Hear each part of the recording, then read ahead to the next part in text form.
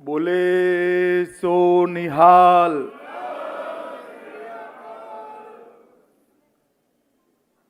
आज यहाँ मंच पर उपस्थित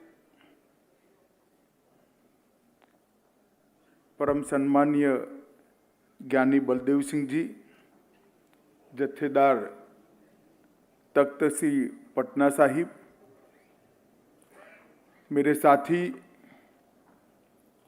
मनजिंदर सिंह सिरसा जी, जो भारतीय जनता पार्टी के राष्ट्रीय सचिव है, श्री हरमीत सिंह जी कालका जी,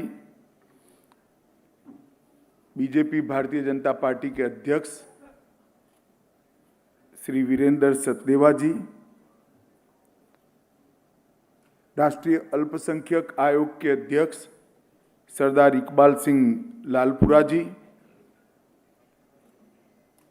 पूर्व सांसद राज्यसभा और जिन्होंने कम से कम मैं कह सकता हूं कि कई संकट के समय में भारतीय जनता पार्टी और हम सब का मदद किया है, ऐसे सरदार त्रिलोचन सिंह जी, श्री जगदीप सिंह जी, बाबा जोगा सिंह जी, बाबा सुखा सिंह जी, बाबा सुरिंदर सिंह जी, बाबा मनमोहन सिंह जी, और आज इस इतने बड़े सभागार के अंदर उपस्थित सभी भाइयों बहनों, आप सभी को मेरा सत श्री अकाल। मित्रों, आज तो थोड़ा विचित्र टाइप का कार्यक्रम हो गया। मैं आया था सिरसा का सम्मान करने के लिए और सम्मान सिरसा ने मेरा करवा दिया।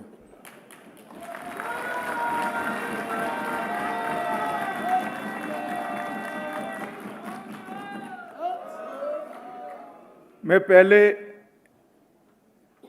आप सबके बीच में एक बात कहना चाहता हूं। मैंने बहुत समय से सिरसा जी के साथ काम किया है। पहले अकाली दल में थे, भाजपा अकाली गठबंधन था, दिल्ली के चुनाव लड़ते थे। फिर गठबंधन नहीं रहा तो वो हमारे साथ आए और फिर भाजपा के साथ लगभग 2-2.5 साल से इनके साथ काम किया है। भारतीय जनता पार्टी दुनिया की सबसे बड़ी, संसार की सबसे बड़ी पॉलिटिकल पार्टी है, राजनीतिक दल है। और हमारे यहां 2-4 मंत्री ज्यादा कम हो जाते हैं, बोर्ड निगम में ज्यादा कम लोग रख दे सकते हैं, पर संगठन का बड़ा महत्व होता है। संगठन में एक बंदा भी ज्यादा नहीं हो सकता। और राष्ट्रीय सचिव की केवल और केवल 9 जगहें हैं, इसमें से एक सिरसा साहब को भारतीय जनता पार्टी ने चुना है। जरा जोर से जयकारा लगाइए सिरसा के लिए।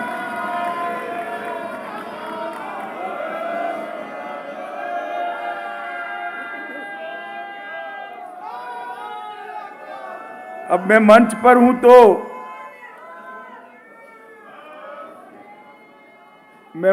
हूं तो सिरसा ने संकोच के कारण कार्यक्रम का स्वरूप बदल दिया, मगर मेरी बात समाप्त होने के बाद सिरसा का सम्मान मैं जरूर करूंगा, क्योंकि मुझे भी बड़ा आनंद है कि भाजपा के संगठन में सिरसा जी इतनी प्रमुख स्थान पर पहुंचे हैं। सबसे पहले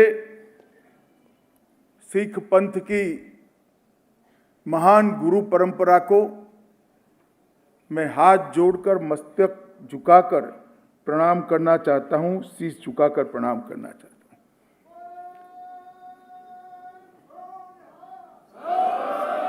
शायद ही कोई पंथ होगा जिसकी गुरु परंपरा में 10 पीढ़ी तक आक्रांताओं के सामने, अन्याय के खिलाफ, बर्बरता के खिलाफ संघर्ष करने की और बलिदान करने की परंपरा इतनी लंबी और बड़ी होगी। दुनिया के इतिहास का मेरा अध्ययन है, दुनिया में कोई जोड़ नहीं है। सिख गुरुओं ने मानवता के लिए और देश के लिए जो बलिदान दिया है, इसकी कोई जोड़ दुनिया में नहीं मिल सकती है।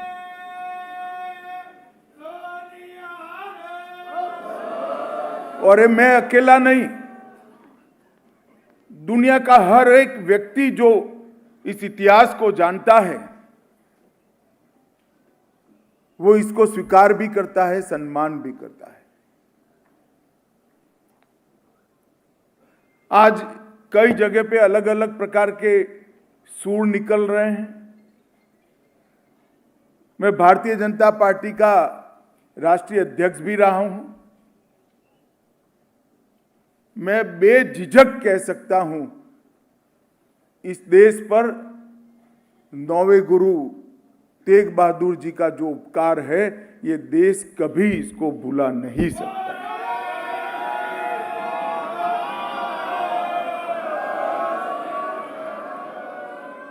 कश्मीर में अत्याचार के खिलाफ कश्मीरी पंडित भाइयों की अर्ज सुनकर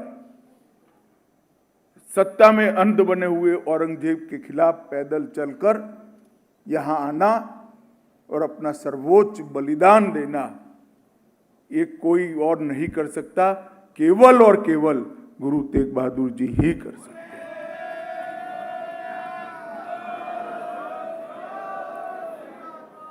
और जब प्रधानमंत्री जी ने गुरु तेग बहादुर जी के स्मरण में उत्सव मनाने का तय किया, स्थान तय करने का निर्णय आया, मेरे मंत्रालय को ही ये सौभाग्य मिला था वो उत्सव का पूरे साल का संचालन करने का।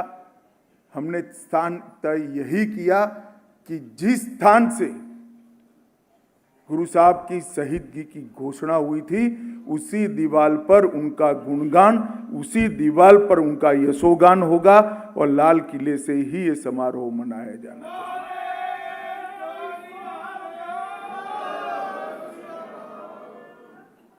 और आज से सालों पहले जब दुनिया का हर मजहब, हर पंथ अपने अपने मजहब को लेकर, अपने अपने विचार को लेकर, अपने अपने पंथ को लेकर युद्ध लड़ रहा था, क्रूसेड में जितनी हत्याएं हुई, इतनी शायद ही कहीं हत्याएं हुई होगी। और उस वक्त नानक देव साहब से लेकर दसम पिता तक जो उपदेश दुनिया को दिया गया, जो सीख दुनिया को दी गई, वो सर्वधर्म समभाव की सीख सिख गुरु ने ही सबसे पहला रास्ता दुनिया को दिखाया और उस रास्ते पर आज पूरी दुनिया चल रही है। और पूरे भारत के लिए गौरव की बात है। और सिख समुदाय धर्म और कर्म दोनों को समान रूप से लेकर आगे चला है।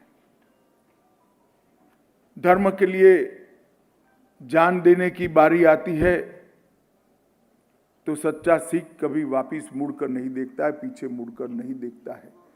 और देश की सुरक्षा की भी बात आती है तो सरदार अजीत सिंह हो या सरदार भगत सिंह हो, वहां से लेकर आज तक देश को आजादी दिलाने से लेकर देश की सीमाओं की सुरक्षा करने के लिए सबसे ज्यादा अगर कोई एक कौम ने बलिदान दिया है तो वो मेरे सिख भाइयों ने बलिदान दिया।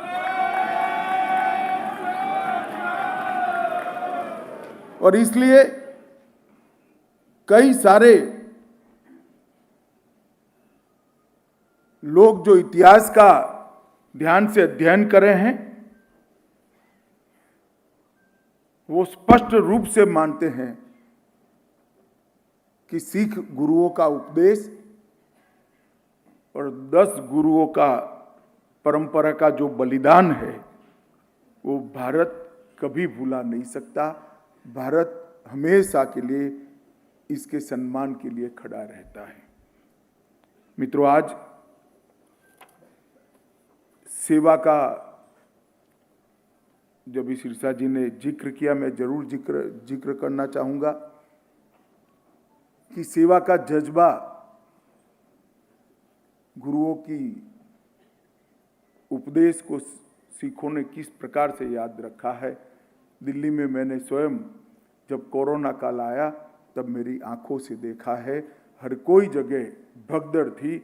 गुरुद्वारों से लंगर भी चलते थे और गुरुद्वारों में सब सेवा भी होती थी, और गुरुद्वारे से निकले हुए स्वयंसेवक, गुरुद्वारे से निकले हुए सेवा करने वाले लोगों ने अंत्येष्टि भी ना धर्म देखा, ना जात देखी, ना पात देखी। मृतकों की अंत्येष्टि भी उस कठिन समय के अंदर सिख गुरुओं की प्रेरणा से की। ये बहुत बड़ा काम उस जमाने में हमें देखने को मिला है। गुरु नानक देव जी ने अपने जीवन में चारों उदासी से दुनिया के कई देशों के अंदर सर्वधर्म समभाव का संदेश फैलाया। मैं देश भर में घूमता हूं, जहां जाता हूं वहां नानक देव जी के चरण कमल पाता हूं। उस जमाने में इतनी कठिनाई के अंदर पैदल चलकर इतनी यात्रा एक जीवन में करना कोई कल्पना नहीं कर सकता। आज विमानों में जाते हैं, ट्रेनों में जाते हैं, चार्टर प्लेनों में जाते हैं तो भी थकान आती है। कोई निजी स्वार्थ के बगैर केवल प्रेम का संदेश लेकर, चाहे कर्नाटक हो, वहां से लेकर मक्का तक कोई कोना नहीं छोड़ा, आसाम हो या गुजरात, हर जगह पे इनके चरण मिले हैं। और ज्ञान आश्रय शाखा का सबसे बड़ा काम गुरु नानक देव साहिब ने कहा। और दसम पिता ने जो गुरु ग्रंथ साहिब की रचना हुई, उसमें भी एक ही पंथ ऐसा है जिसके धर्म ग्रंथ के अंदर अनेक पंथों के संतों की, अनेक पंथों के रचनाकारों की रचना मिलती है। गुरु ग्रंथ साहिब में अलग अलग संप्रदाय के 15 संत और 14 रचनाकारों की वाणी को समाहित करने का काम किया। दुनिया के सारे धर्मों के प्रमुख धर्मग्रंथ का अध्ययन करते हैं तो किसी और धर्म के संत का कहीं स्थान नहीं मिलता है।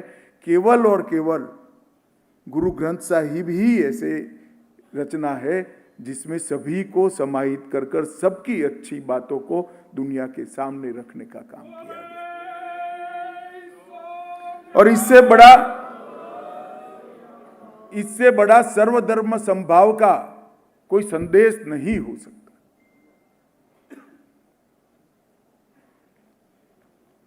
और जीवन में इतना पराक्रम, इतना त्याग, इतना बलिदान दसम गुरु का जीवन जो जानता है वो कल्पना भी नहीं कर सकता कोई कि इतना बड़ा बलिदान कोई कैसे हो दे सकता है।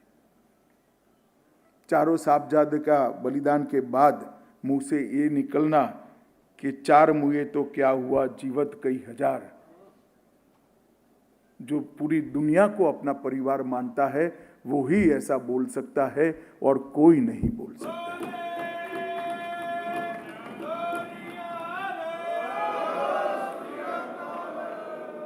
और सर्वस्व बलिदान करने के बाद भी, इतनी विपरीत परिस्थिति होने के बाद भी पराजय को अंतिम सांस तक स्वीकार नहीं किया।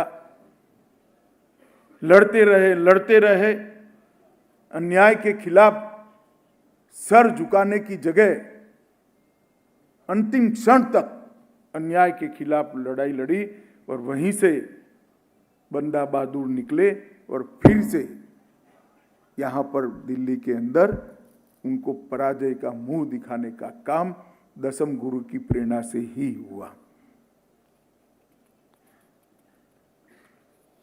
अभी Modi ji women lead development की बात करते हैं।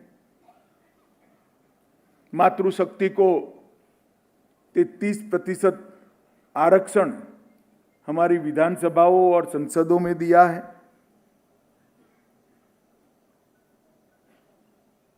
मगर सिख संप्रदाय ने, सिख पंथ ने, माता सिखी ने शुरू किए हुए लंगर से इस बात को वर्षों पहले शुरू कर दिया था कि मातृशक्ति भी समाज को एक करने के लिए कितना बड़ा काम कर सकती है। कई जगह पे इतिहास में भी इसके उदाहरण है कि सिख पंथ से निकली हुई मातृशक्ति ने न केवल आजादी के आंदोलनों में हिस्सा लिया, देश को आगे बढ़ाने के लिए भी बहुत बड़ा काम किया है। मित्रों, भारत की आजादी का आंदोलन हो, दुर्दांत मुगलों के सामने की लड़ाई हो, चाहे अंग्रेजों के खिलाफ लड़ाई हो, पार्टीशन की विभीषिका हो, या आजादी के बाद देश की सीमाओं को सुरक्षित करने के लिए अपना बलिदान देना हो, सिख कौम ने कभी पहला नंबर किसी और को लेने नहीं दिया। हमेशा सिख पंथ इसमें पहले नंबर पर रहा।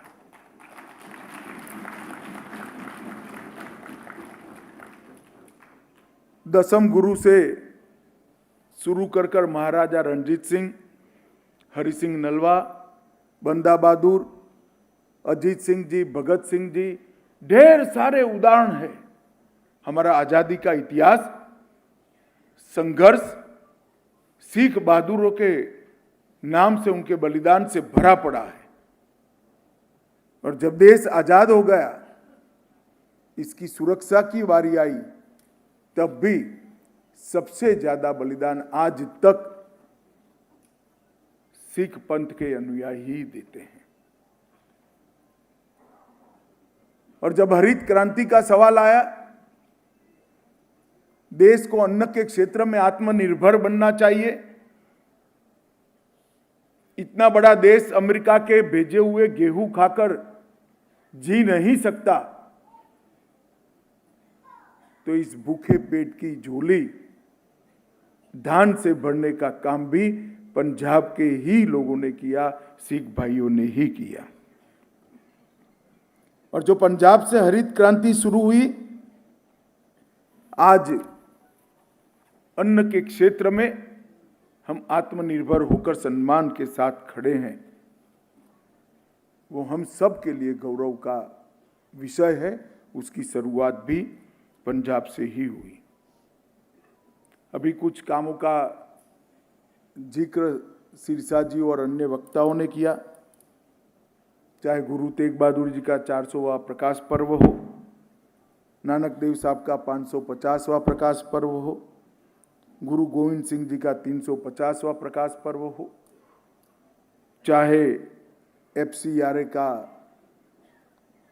अनुमति देना हो, CSR का अनुमति देना हो, चाहे लंगर पर से GST को हटाना हो, चाहे करतारपुर साहिब कॉरिडोर का सम्मान कर ड्राई पोर्ट का निश्चित समय में 15,000 यात्री जा पाए, इस प्रकार की रचना करनी हो, सुल्तानपुर लोधी को हेरिटेज सिटी बनाना हो, ब्रिटेन के विश्वविद्यालय में नानक देव जी महाराज के नाम पर कोई पीठ खड़ी करनी हो, और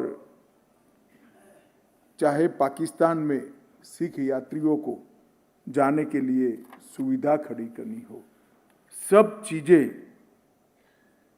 मोदी जी के नेतृत्व में 9.5 साल में हुई हैं। 84 के दंगे कोई भी सभ्य व्यक्ति भूल नहीं सकता। ऐसी नृशंस हत्याएं राजनीतिक इशारे के साथ की गई, और जब तक 2014 में सरकार नहीं बनी, एक भी व्यक्ति को एक भी दिन की जेल भी नहीं हुई थी, कोई अरेस्ट भी नहीं हुई थी। जांच आयोग पर जांच आयोग, जांच पर जांच, परिणाम नहीं मिलता था। मोदी जी ने एसआईटी बनाई, 300 मामलों को दोबारा खोला और जो दोषी थे उनको जेल के अंदर भेजने की शुरुआत हुई है।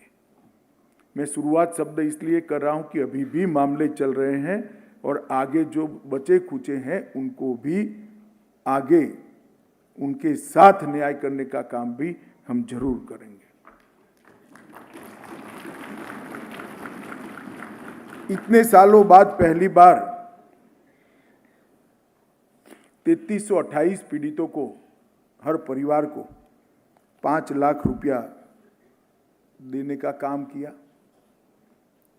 जलियांवाला बाग स्मारक को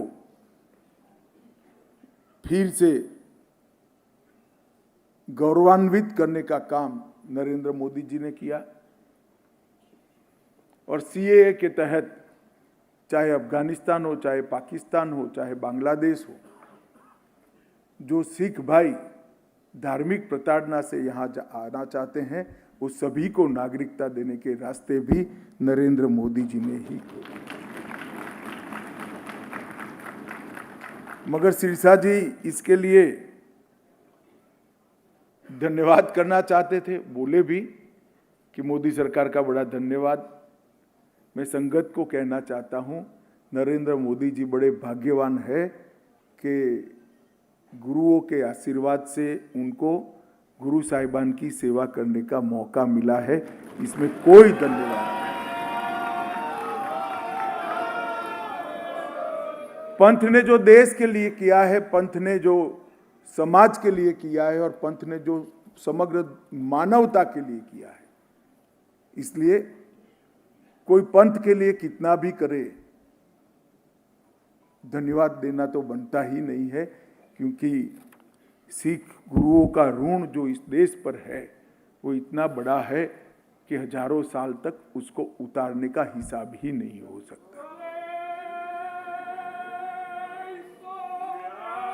मित्रों, आज मैं सिरसा का सम्मान करने के लिए आया था। सिरसा बेचारा साइड में रह गया और आप लोगों ने मेरा सम्मान कर दिया।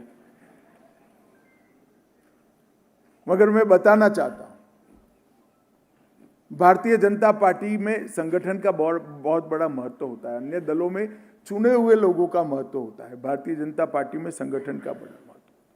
मैं भी भारतीय जनता पार्टी के बूथ से लेकर राष्ट्रीय अध्यक्ष तक संगठन के अनेक पदों पर से निकला हूं। सिरसा जी के साथ दोनों प्रकार से, पहले अकाली दल में थे तब और फिर भारतीय जनता पार्टी में आए तब मैंने नजदीक से काम किया है। मैं इतना कहना चाहता हूं कि पंथ को इससे अच्छा एडवोकेट कभी मिल ही नहीं सकता, ये सबसे अच्छा है। और भारतीय जनता पार्टी ने उनको अपनी सबसे बड़ी बॉडी में सेक्रेटरी बनाया है, तो संगत ने तो बेचारे का सम्मान नहीं किया, मगर मैं भी आज संगत में आया हूं तो संगत की ओर से मैं जरूर सिरसा जी का सम्मान करना चाहूंगा। भाई एक शाल और वो लेकर आइए और मैं पटना साहिब के जत्थेदार साहब को भी विनंती करना चाहूंगा कि मेरे साथ आइए, आप सिरसा जी का सम्मान करिए, क्योंकि सिरसा जी का सम्मान न केवल भारतीय जनता पार्टी, पूरे सिख पंथ के लिए बहुत महत्वपूर्ण इसलिए है कि वो आने वाले दिनों में सिखों की आवाज बनकर सबके बीच में उभरने वाले हैं। मेरी बात याद रखना, इनकी चढ़ती कला है। तो आज मैं सिरसा जी का सम्मान करने की बात करता हूं और अंत में आप सभी ने मोदी जी का जो धन्यवाद किया है, मोदी जी की सरकार के लिए जो आपने भाव प्रकट किया है, इसलिए सिंह सभा का धन्यवाद कर मेरी बात को समाप्त करता हूं। बोले सो निहाल।